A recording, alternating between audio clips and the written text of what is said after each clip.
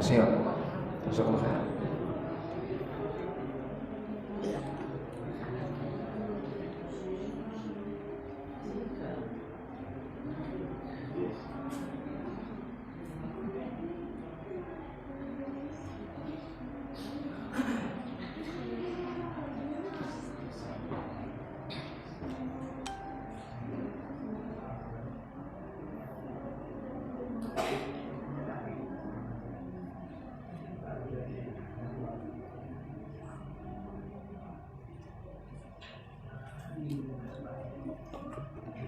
Bismillahirrahmanirrahim.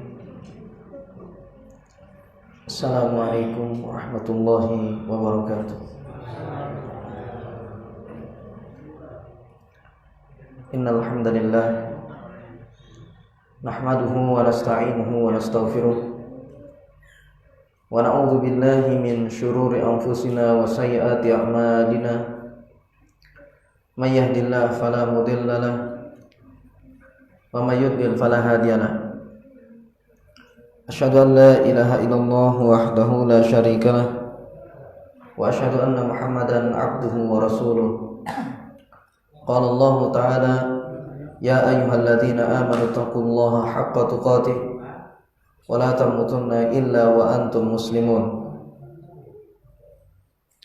Amma ba'du.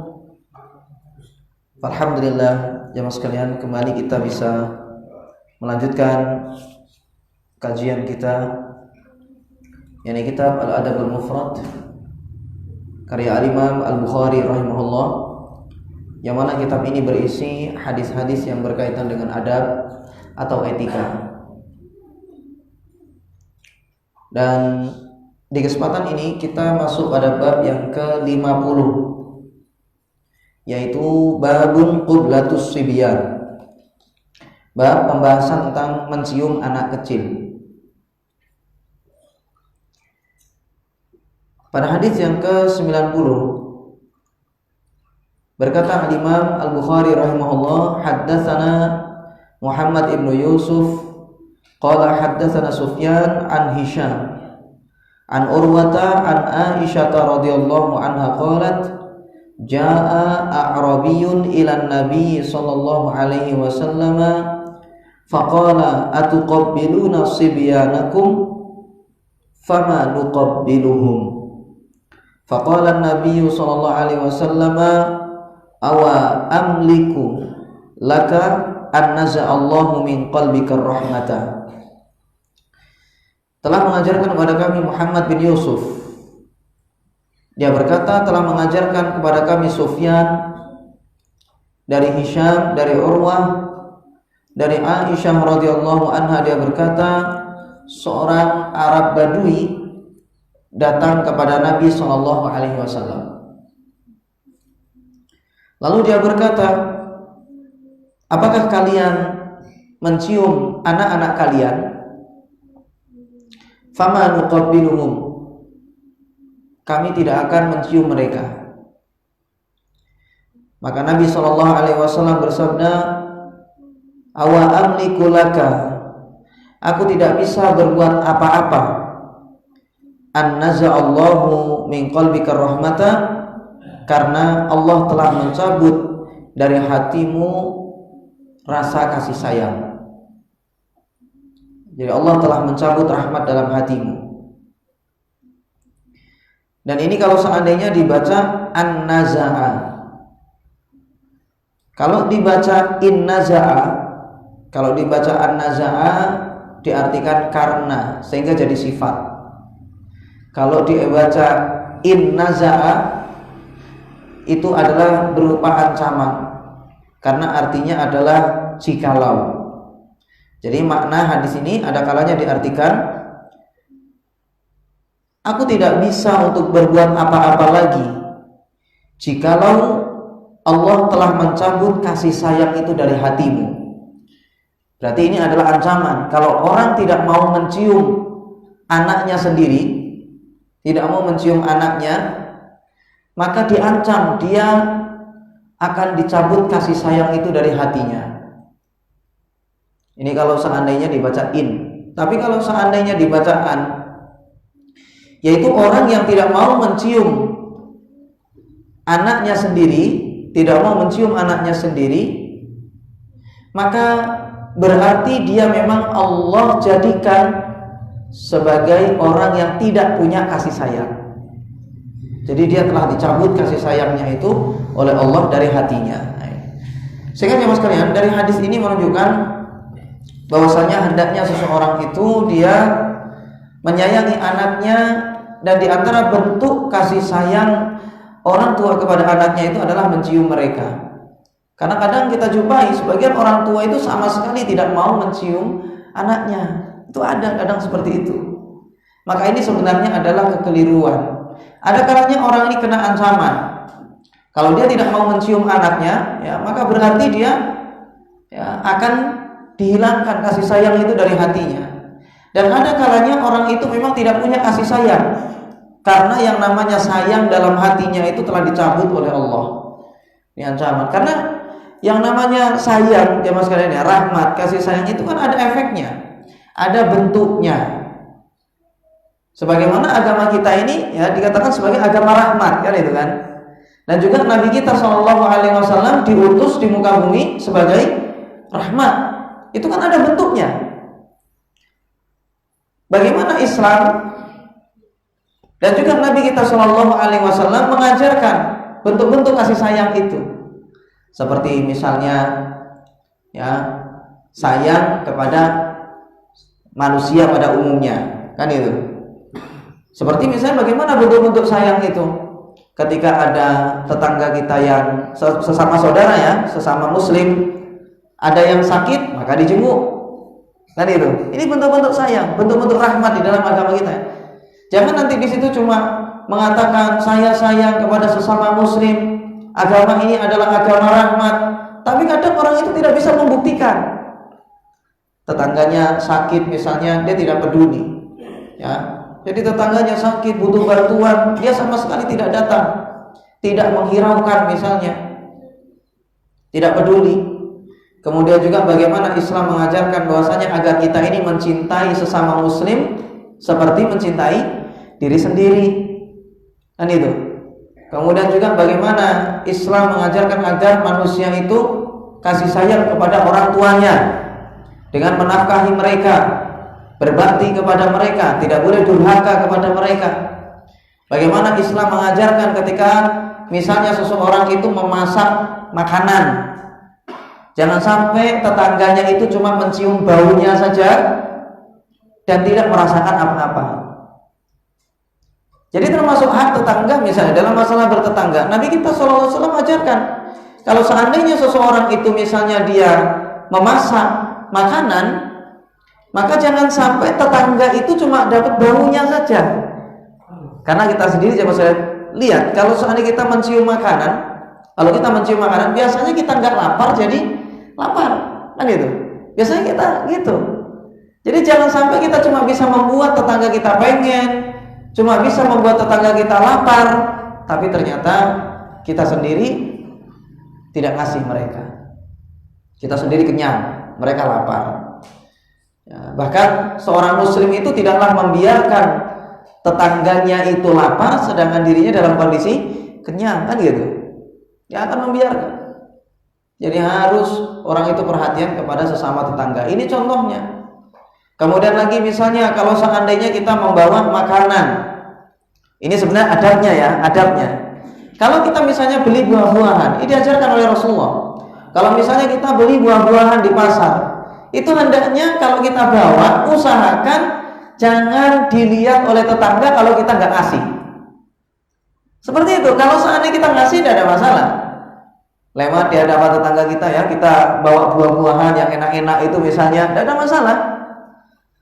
Tetapi kalau seandainya kita ngasih mereka, tapi kalau seandainya kita tidak ngasih, sebenarnya adabnya yaitu bawahnya itu sembunyi-sembunyi. Supaya apa?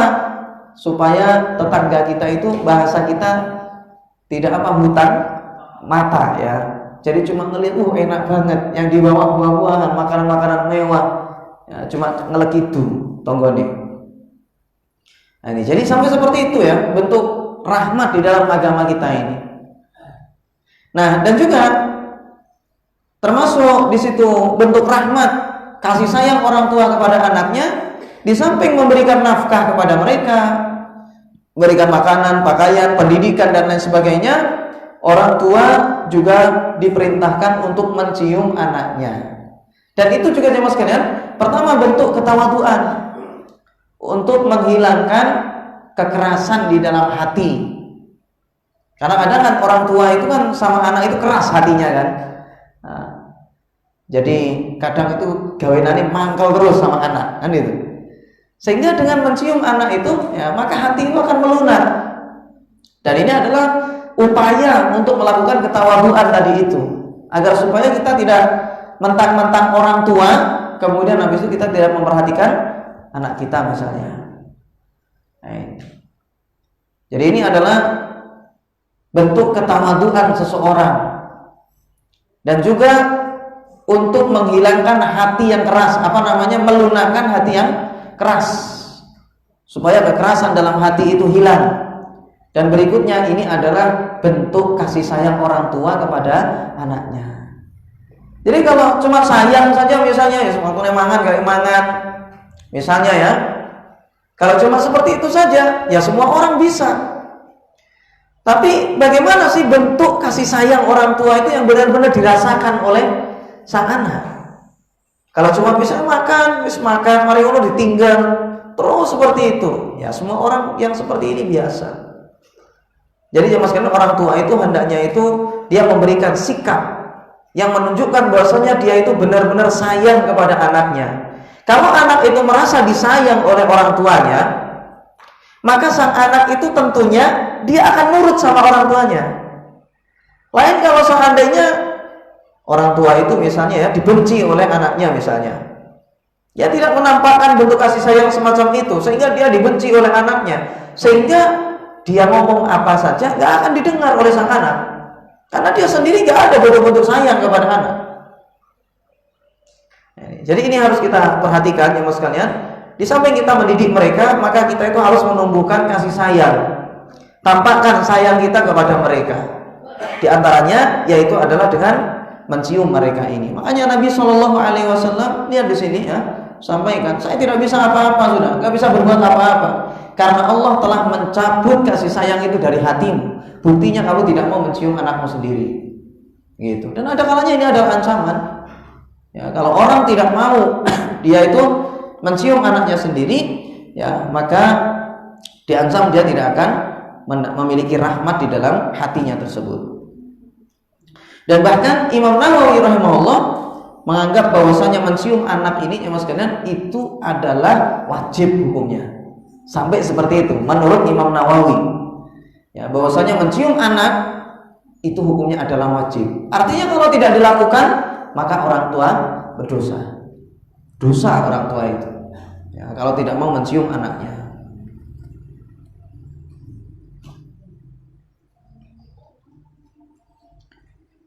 Kemudian hadis berikutnya,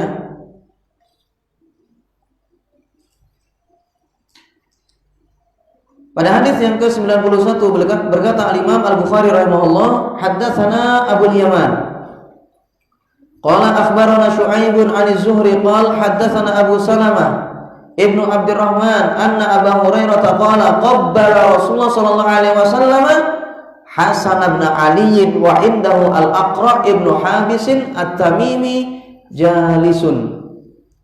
Faqala Al-Aqra' inna li 'ashratan minal waladi ma qabbaltu minhum ahadan.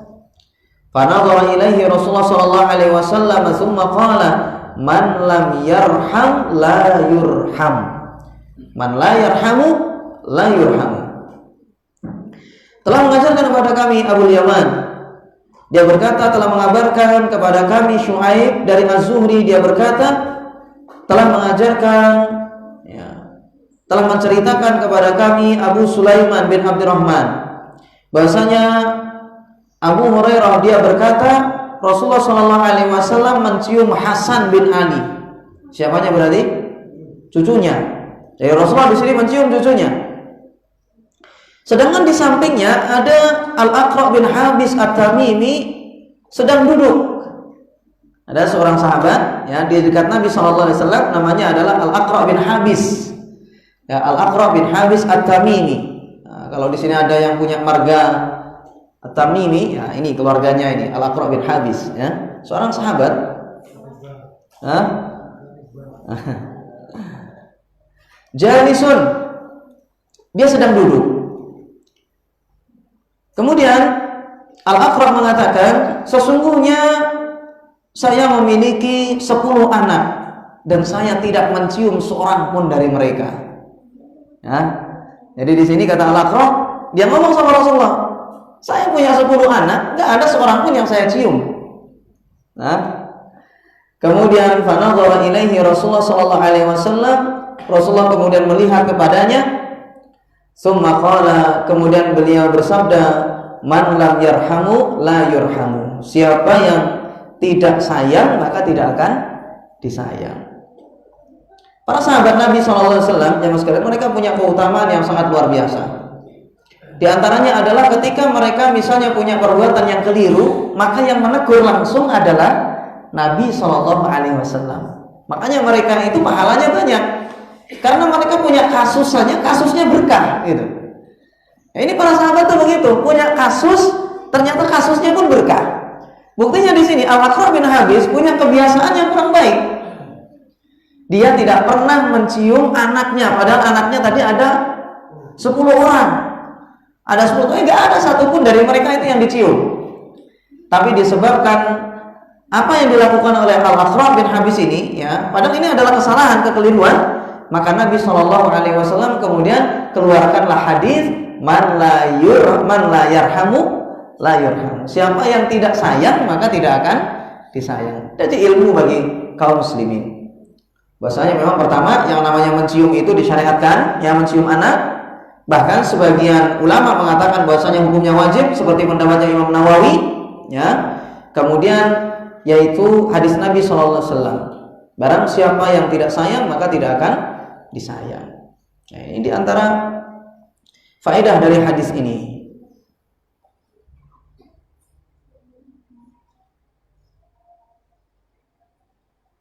Dan ini termasuk jemaah sekalian indahnya Islam. Hadis ini menunjukkan indahnya Islam. Ternyata Islam mengajarkan bentuk-bentuk kasih sayang orang tua kepada anaknya. Nah, ini. Jadi ini betul-betul luar biasa. Islam itu adalah agama yang sempurna, jemaah sekalian, ya, mengajarkan segala bentuk kebaikan. Sampai hal kecil semacam ini, ya, diajarkan di dalam agama kita. Kalau seandainya tidak diajarkan yang semacam ini, jemaah sekalian, maka nggak ada orang tua yang mencium anaknya, kan itu. Jadi sudah anak is anak, yang penting lahir mari tinggal, yang penting pakani gede mari mati mari kan ya.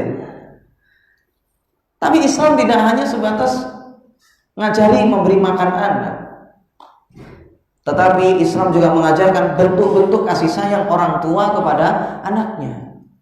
Ya, di antaranya adalah dengan mencium mereka semacam ini.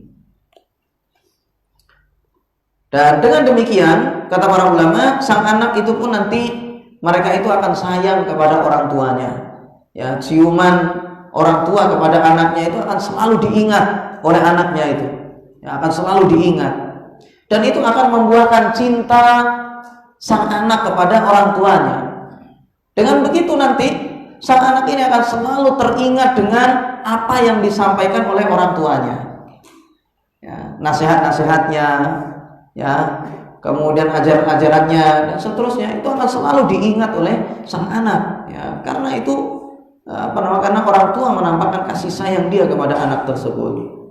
Apalagi misalnya ketika orang tua ini sudah tua misalnya, maka sang anak itu akan membalas kebaikan orang tua itu.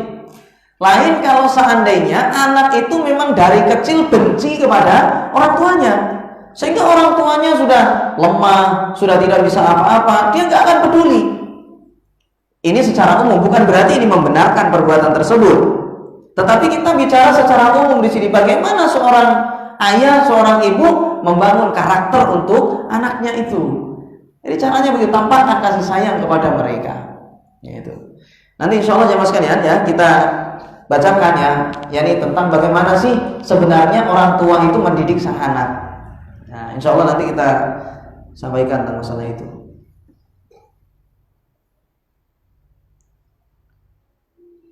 Pada bab yang ke-51 berkata Al-Imam Al-Bukhari rahimahullah, haddatsana Muhammad ibn Abdul Aziz qala haddatsana Al-Walid ibn Muslim anil Walid ibn Numair ibn Aus annahu sami'a abahu yaqul kanu yaquluna as-salahu minallah wal adabu minal aba.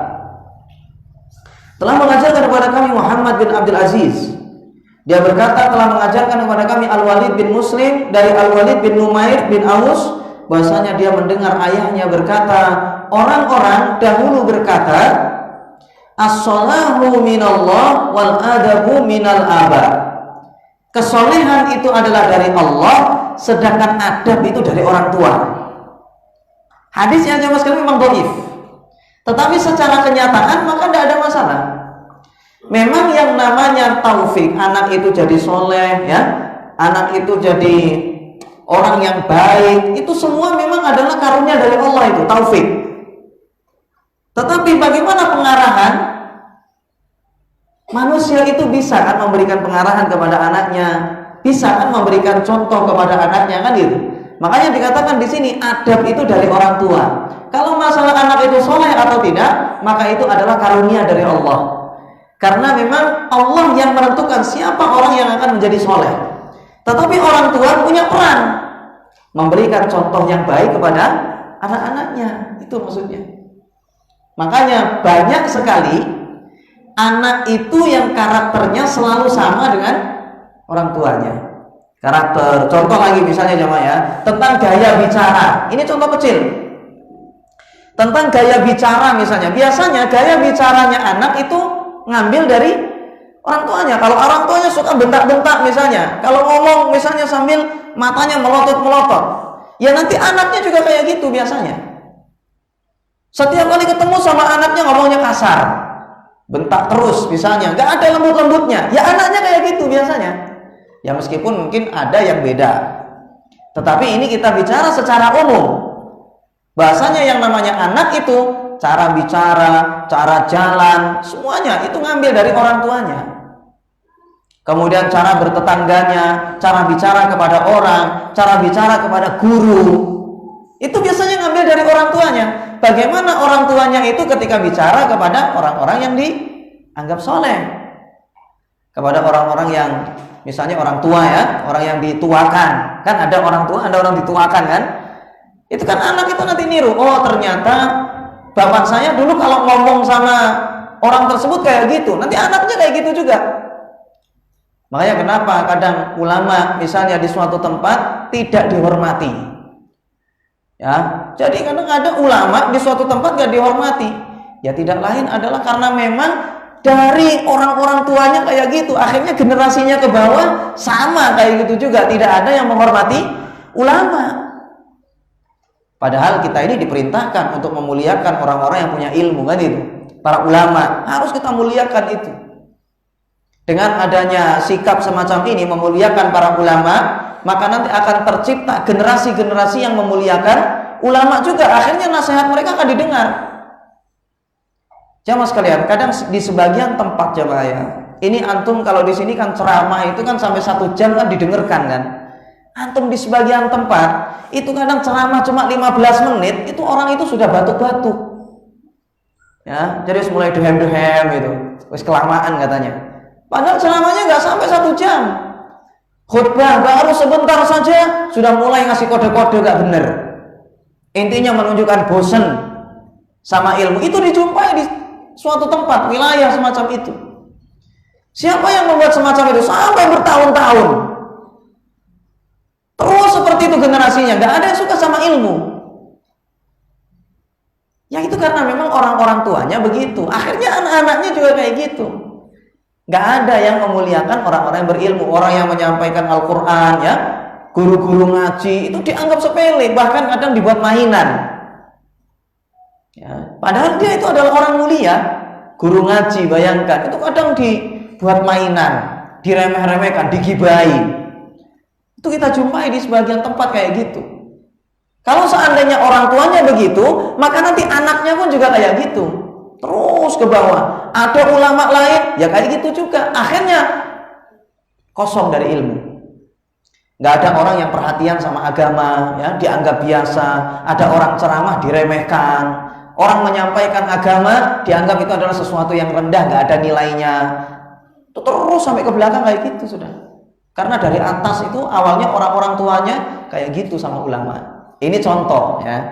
Contoh betapa pentingnya peran orang tua terhadap pendidikan sang anak, karakternya sang anak. Jadi kalau misalnya ya orang tua mencontohkan dengan baik, misalnya ketika ada majelis ilmu mereka antusias, nanti anak-anaknya juga kayak gitu. Terciptalah nanti di situ di kampung itu kampung ilmu yang benar-benar sungguh-sungguh dalam menjalankan agama. Karena anak-anaknya niru mereka. Ya. Kalau misalnya orang tuanya serius, ya, mereka sungguh-sungguh hadir, sabar ketika menuntut ilmu, ya, 1 jam mereka duduk misalnya, sabar, ya, nanti insya Allah anak-anaknya kayak gitu juga. Dengan begitu ilmu akan banyak tersampaikan, masuk dalam hati manusia, dan agama ini akan diamalkan dengan baik. Gitu. Ini pentingnya, ya, betapa pentingnya peran orang tua bagi sang anak. Baik, ada perkataan Ibnu Qayyim, jamaah sekalian. Antum bisa baca dalam kitab Tuhfatul Maudud, ya, bi Ahkamil Maulud. Tuhfatul Maudud bi Ahkamil Maulud. Ini saya bacakan, ya. Sekiranya nanti ada faedah, saya bacakan saja.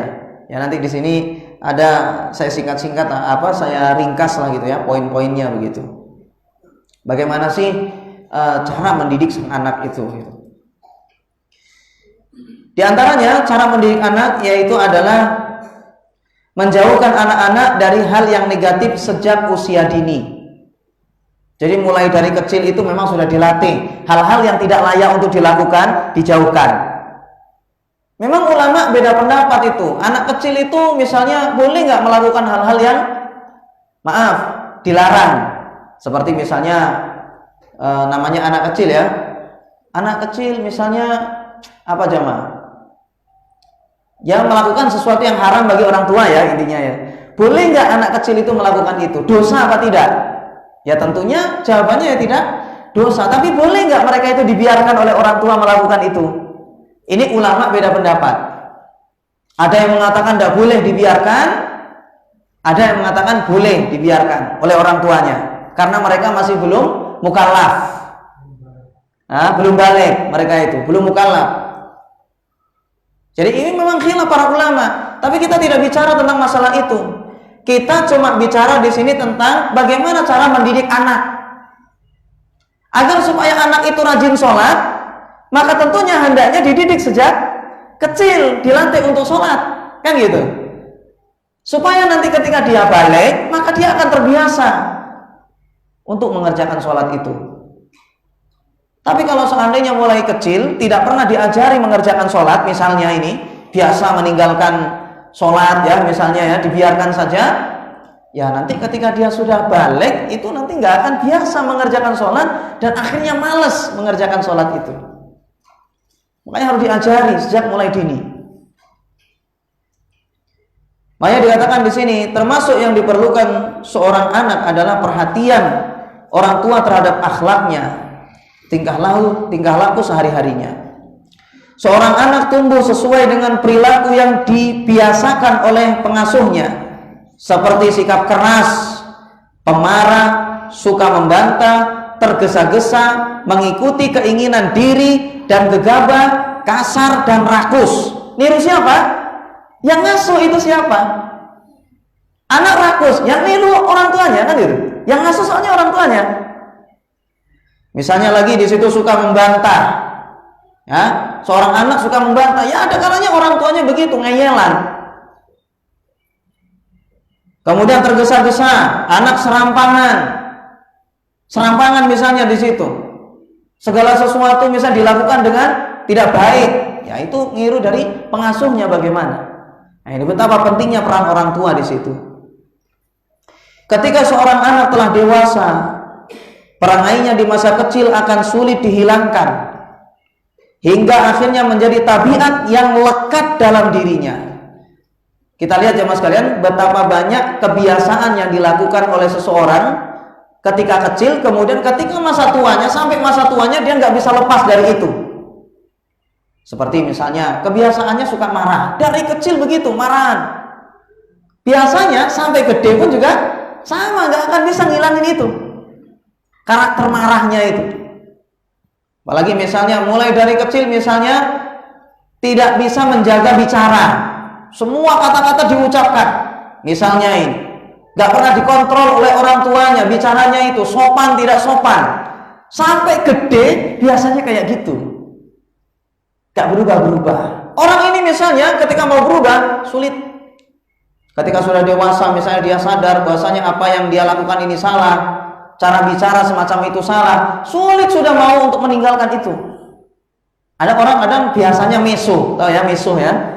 Ya, jadi kalau ada sedikit-sedikit meso, sedikit-sedikit meso. Akhirnya ketika dia sudah sadar bahwasanya dia itu salah, susah menghilangkan kebiasaan dia itu. Terus kayak gitu, ya, sampai tua dia akhirnya suka meso itu.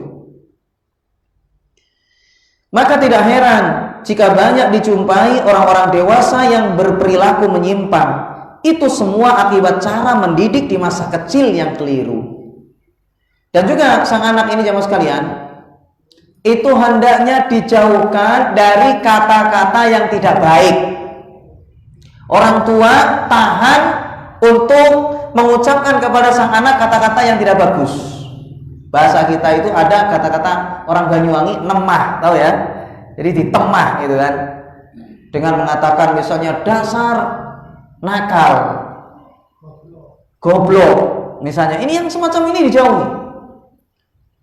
Kalau seandainya anak kecil, anak kita misalnya salah, kenapa kalau tidak mengucapkan kalimat itu?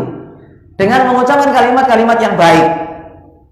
Misalnya dengan mengucapkan ya, anak pinter, gak usah kayak gitu. Anak soleh, ini gak bagus. Anak soleh gak akan ngerjakan kayak gitu. Kenapa nggak kalau ngomong kayak gitu? Kalau dia misalnya mengucapkan kalimat-kalimat dasar setan, hah? Ya akhirnya ya anaknya jadi setan beneran. Ya minal jinnati wan nas kan? Setan itu. Ya karena memang dari kecil sudah dikata-katain kayak gitu. Ya, jadi ini harus kita perhatikan jemaah sekalian, jauhi kata-kata yang semacam itu di hadapan anak-anak kita. Kalau orang tuanya suka ngomong kayak gitu, ya anaknya nanti niru juga, meso kayak gitu itu. Ucapan-ucapan yang kotor ya, itu dijauhi dari sang anak itu. Kalau misalnya kita ingin meluruskan sang anak, maka ucapkan dengan kata-kata yang baik. Seperti tadi itu misalnya dengan kata-kata anak soleh itu nggak kayak gitu. Calon orang penghuni surga nggak kayak gitu. Ya gitu misalnya. Nggak boleh ini dilakukan. Misalnya begitu.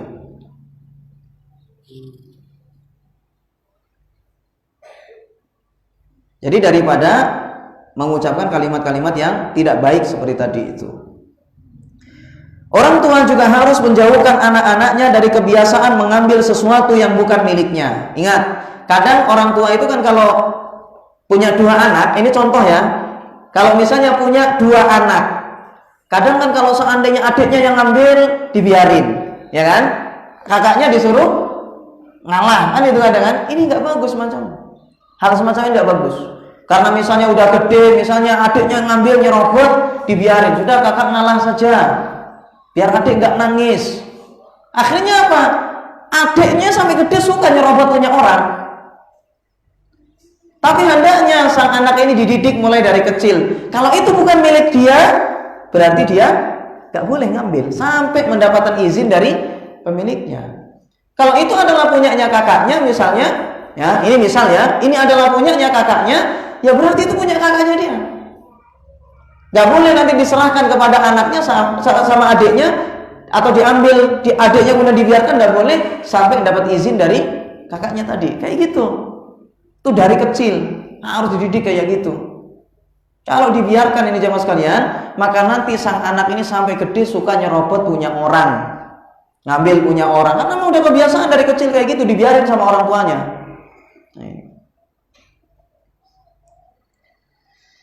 Jika seorang anak terbiasa mengambil milik orang lain, maka itu akan menjadi tabiatnya, sehingga dia pun tumbuh dengan perilaku suka mengambil dan tidak suka memberi. Orang tua hendaknya membiasakan anaknya untuk suka memberi. Jika ingin memberi sesuatu kepada si anak, hendaknya menyerahkannya ke tangannya langsung agar dia merasakan nikmatnya memberi. Jangan nanti di situ jemaah sekalian. Ini contoh ya, memberi sesuatu kepada sang anak. Misalnya anaknya minta makan, masih kecil-kecil misalnya ya. Makanannya misalnya ada di kulkas, sana ambil sendiri di kulkas. Kan gitu kadang kan? Nah, itu ada, tinggal ambil, tinggal buka kulkasnya ambil. Kenapa kalau seandainya orang tuanya itu ngambil di kulkas itu, kemudian dikasihkan kepada anaknya? Dengan begitu sang anak itu merasakan betapa nikmatnya dikasih oleh orang tuanya. Maka ketika dia tahu betapa nikmatnya rasa dikasih, dia nanti akan termotivasi untuk ngasih orang. Begitu. Jadi jangan nanti di situ sang anak cuma disuruh untuk ambil. Mama mau minum, ambil sana. Ya, sama bapaknya misalnya, Abi mau makan, sana ambil, itu ada di atasnya meja. Jangan begitu, ambilkan. Nah, ambilkan minum, kasihkan kepada dia, ambilkan makanan itu, kasihkan kepada dia dengan penuh kasih sayang. Begitu seharusnya. Nanti di situ anak ini akan berpikir, oh ternyata bagus ya, jadi orang itu suka ngasih, buktinya saya bahagia dikasih sama orang tua, begitu. Nah, ini yang disampaikan oleh Al-Imam Ibnu Qayyim. Orang tua juga harus, atau sebelumnya jemaah sekalian, misalnya kita latih sang anak ini untuk ngasih orang. Ini sering disebutkan oleh ustaz-ustaz kita itu. Jadi misalnya ketika kita mau ngasih sesuatu kepada orang lain, coba anak kita ini yang disuruh bawa. Ini ada apa misalnya ya, hadiah, coba kasihkan kepada siapa misalnya ya, tetangga atau siapa, coba kasihkan ke sana. Itu diajari dari kecil supaya dia itu terbiasa memberi. Nah, orang tua juga harus menjauhkan anaknya dari berkata bohong dan berkhianat, seperti menjauhkan mereka dari racun yang mematikan. Jika anak terbiasa berbohong dan berkhianat, maka hal itu akan merusak kebahagiaannya di dunia dan akhirat, dan dia akan terhalangi dari semua kebaikan. Ini jamaah ya, jauhkan anak itu dari kebohongan. Dan ini bentuk pendidikannya begini jamaah juga. Jangan orang tua itu berbohong kepada anaknya. Kalau orang tua itu bohong sama anaknya, maka nanti anak ini akan ikut bohong. Meskipun itu cuma guyonan ya, meskipun itu cuma guyonan, itu jauhkan. Orang tua itu harus jujur kepada anaknya. Contoh ini kejadian di zaman Nabi SAW. Pernah Rasulullah itu melihat seseorang itu menggenggam sesuatu begini, ya, kemudian anaknya dipanggil, nak sini. Seakan-akan dia itu mau ngasih kurma kepada anaknya. Kemudian Rasulullah kasih peringatan kepada dia bahwasanya hendaknya orang ini dia itu benar-benar ngasih kurma, bukan hanya sekedar bohongan. Dikasih peringatan Rasulullah itu. Kalau memang ngasih kurma ya berarti ya kasih beneran. Jangan nanti supaya nanti di situ cuma anaknya supaya datang, kemudian ketika kurmanya diminta tidak ada. Ini berarti bohong sama sang anak. Dan ini adalah orang yang pendusta. Termasuk orang yang berdusta di situ kepada anaknya, dan ini haram. Tidak boleh. Apalagi misalnya ya, orang tua kadang mudah sekali janji kepada anaknya tapi tidak ditepati. Khianat sama anaknya. Ini tidak boleh. Jangan nangis, nanti tak belikan es krim. Tapi kemudian ditunggu sampai 5 tahun gak teko-teko es krimnya. Ini berarti sudah bohong kepada sang anak. Khianat. Yang semacam ini tidak boleh. Anak ini nanti akan menangkap, oh ternyata kayak gitu caranya ya, gitu. Ternyata cara membuat orang diam itu bohongin, gitu akhirnya. Ini harus kita perhatikan ya. Nggak usah bohong sama sang anak itu. Ucapkan kata-kata yang baik. Kalau nangis nanti nggak usah dibohongin. Kalau kita ngasih janji harus kita tepati itu.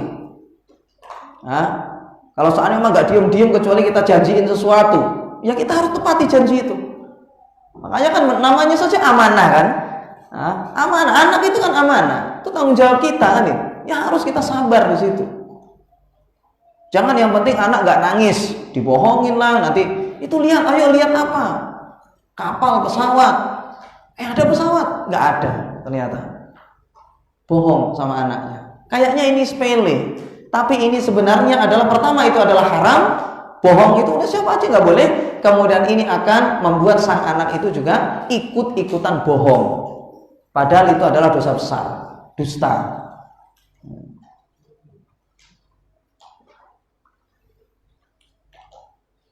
Orang tua juga harus menjauhkan anaknya dari sikap malas, suka menganggur, santai dan leha-leha. Seorang anak hendaknya diarahkan untuk rajin, suka bekerja keras dan serius. Ini jamaah sekalian. Jadi anak itu hendaknya mulai dari kecil itu dibangun karakternya itu supaya tidak menjadi pemalas. Sesekali misalnya kita ajari ya, nyuci sendiri kan itu kan seharusnya gitu. Diajari nyuci sendiri. Ya nanti diajari mungkin kora-kora gitu. Diajari supaya anak ini terbiasa. Kalau misalnya kita jualan, misalnya ya kita ajari dia itu ngangkut-ngangkut barang lah apa misalnya. Supaya dia itu menjadi punya karakter sebagai orang yang rajin kerja, bukan pemalas. Seorang anak hendaknya diarahkan untuk rajin, suka bekerja keras dan serius. Sebab sikap malas dan suka berleha-leha akan berakibat buruk baginya dan kelak akan menimbulkan penyesalan.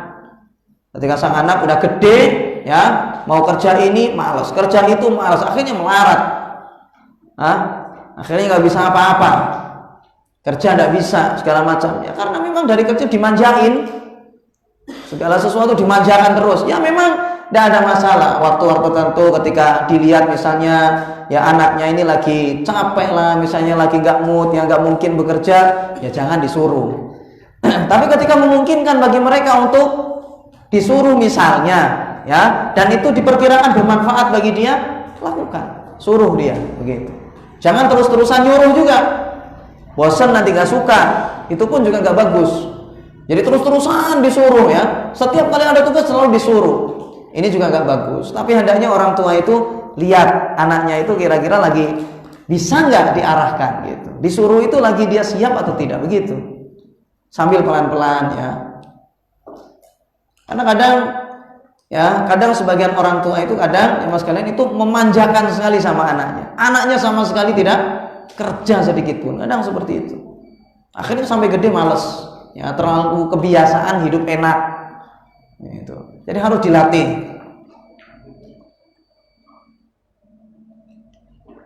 Orang tua juga harus membiasakan anaknya untuk bangun di akhir malam, bukan pas iqomat subuh. Ingat, jadi anak itu harus dididik bangun sebelum subuh. Jadi bukan pas waktunya iqomat baru bangun, bukan. Jadi di situ dilatih mulai dari kecil. Orang tua harus membiasakan anaknya untuk bangun di akhir malam, maksudnya di situ sebelum subuh. Karena akhir malam adalah waktu di mana rezeki dan berkah dibagi-bagi. Sehingga ada orang yang mendapatkan sedikit, ada yang mendapatkan banyak, dan ada yang sama sekali tidak mendapatkan apa-apa. Jika si anak terbiasa bangun di akhir malam sejak usia dini, niscaya dia akan mudah melakukannya ketika dia dewasa. Mulai kecil dibiasakan ya, bangun sebelum subuh, bukan pas iqomat subuh, bukan. Tapi sebelum subuh dibiasakan.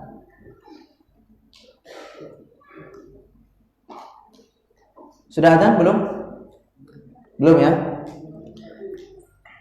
Berapa menit? 5 menit. Baik, kemudian berikutnya jemaah sekalian, ini penting, yaitu adalah menjauhkan anak dari sikap berlebihan dalam segala hal. Jauhkan sang anak itu dari sikap berlebih-lebihan. Kadang sebagian kita itu ya, anaknya minta apa saja dijor. Minta makan ini kasih, minta ini kasih. Ya nggak masalah sebenarnya dikasih, tapi jangan berlebih-lebihan. Jangan juga jadi orang tua yang pelit. Kalau misalnya jadi orang tua yang terlalu pelit, ya mas kalian, itu sama, anak itu akan benci sama orang tua, nggak suka. Setiap kali minta ini nggak boleh, minta ini nggak boleh, nggak pernah dikasih kalau minta apa-apa. Itu pun juga akan membuat sang anak itu nggak suka sama orang tuanya. Tapi ketika kita misalnya ngasih dia, jangan nanti di situ berlebih-lebihan. Ya. Orang tua hendaknya menjauhkan anak-anaknya dari makan berlebih-lebihan. Ya, makan diajari sekedarnya saja, jangan sampai di situ makan sampai muntah. Ya, minta apa dikasih, makan terus, akhirnya apa sampai muntah. Ini jangan seperti itu. Nanti ini akan terbiasa sampai besar, rakus. Ya. Jadi hendaknya menjauhkan anak-anak dari makan berlebih-lebihan, banyak bicara, banyak tidur, dan bergaul dengan orang-orang secara berlebih-lebihan. Segala sesuatu yang berlebihan dan tidak perlu akan merugikan seorang hamba di dunia dan di akhirat. Ya, jadi di situ anak dibiasakan hidup sesuai atau pertengahan ya, pertengahan. Terkadang orang tua mengira telah memuliakan anaknya, padahal yang mereka lakukan telah menghinakannya. Mengira telah menyayangi anaknya, padahal menganiaya dia. Akibatnya orang tua tidak bisa memetik manfaat dari anaknya dan telah membuat anaknya kehilangan kebaikan di dunia dan akhirat. Apabila kita perhatikan kerusakan yang terjadi pada anak-anak, maka pada umumnya dikarenakan kelalaian orang tua. Ya, terjadi sesuatu yang tidak baik sama anak itu kadang gara-gara orang tuanya.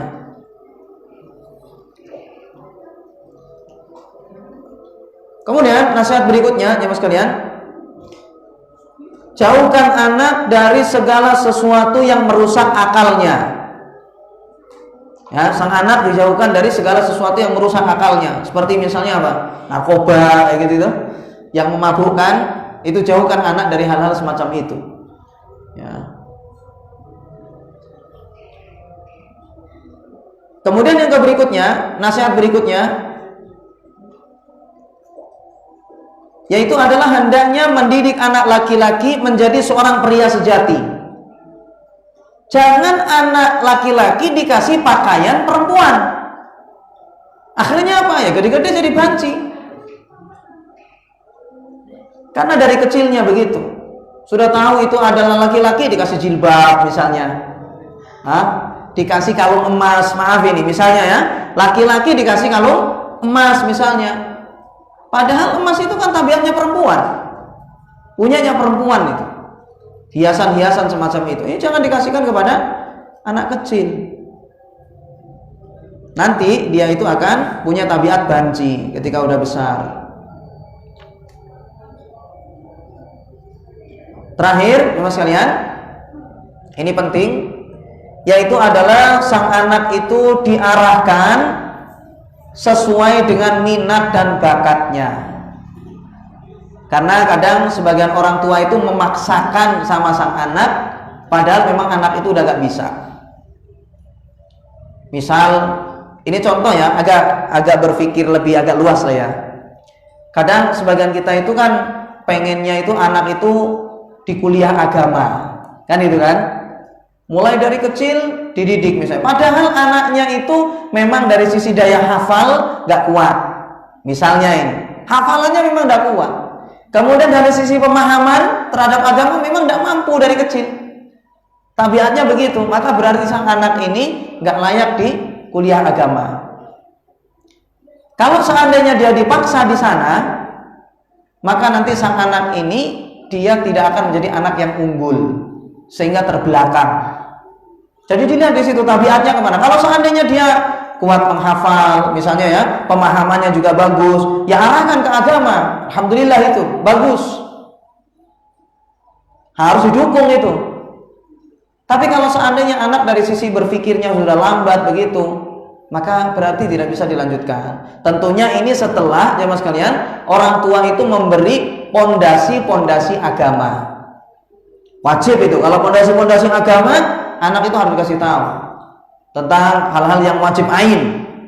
Harus diajari itu sang anak mulai dari kecil. Mau tidak mau harus dipaksa itu belajar. Tapi untuk pengembangan dan seterusnya, kadang sebagian anak tidak bisa itu. Bisanya dia misalnya di keterampilan yang lain. Misalnya dia dalam masalah teknik, ya komputer bagus. Kalau disuruh ngapal, wis pokoknya gak kuat, gak ono asile blas. Tapi kalau suruh di komputer, misal ini ya contoh, nanti kembangkan yang lain lah. Ketika di komputer dia ternyata mahir, berarti anak itu harus didukung di situ. Karena nanti dia akan membantu Islam dengan keahlian dia. Ketika dia misalnya mahir dalam masalah komputer, ini contohnya, maka dia bisa membantu kaum muslimin dengan keahlian dia itu. Begitu. Diarahkan. Pondasi-pondasi agama dari kecil memang harus dikasihkan dulu kepada dia. Tapi untuk pengembangan, tidak semua orang mendapatkan itu. Harus disesuaikan dengan minat dan bakatnya dia. Gitu. Ini agak berpikir lebih luas ya. Ini yang disampaikan oleh Al-Imam Ibnu Qayyim Al-Jauziyah rahimahullah. Demikian ya mas kalian. Semoga bermanfaat. Wallahu taala alam wa sallallahu ala nabiyina Muhammad wa ala alihi wasallam. Assalamualaikum warahmatullahi wabarakatuh.